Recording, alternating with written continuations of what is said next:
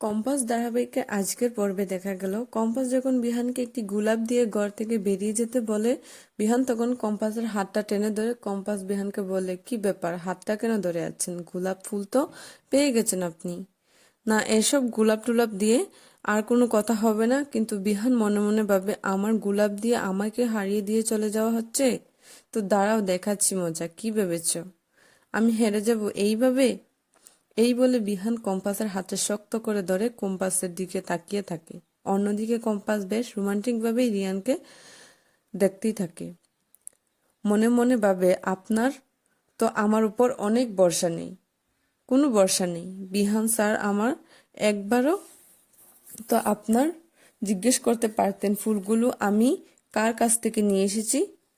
আপনি ভেবেই নিলেন কম্পাস এত সস্তা যে কেউ এসে কম্পাসের ফুল দিয়ে চলে যাবে। এসব কিছুই দুজন মনে মনে ভাবতে থাকি।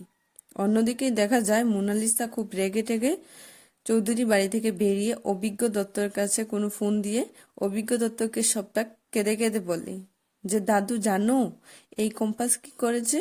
সবটা ভেঙে দিয়েছে। নিজে খেয়েছে ওই কম্পাস। কম্পাস ছাড়বো না।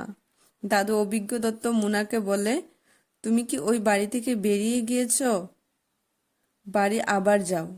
বিহানকে হাতছাড়া করলে চলবে না।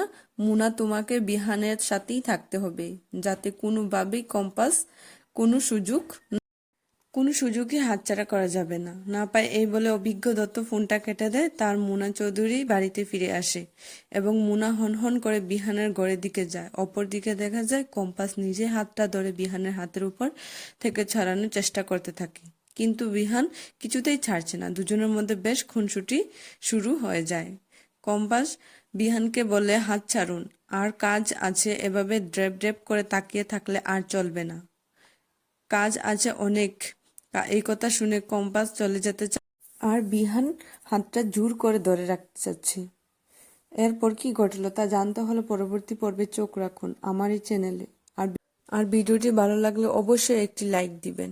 ধন্যবাদ সবাইকে। আবার দেখা হবে পরবর্তী পর্বে।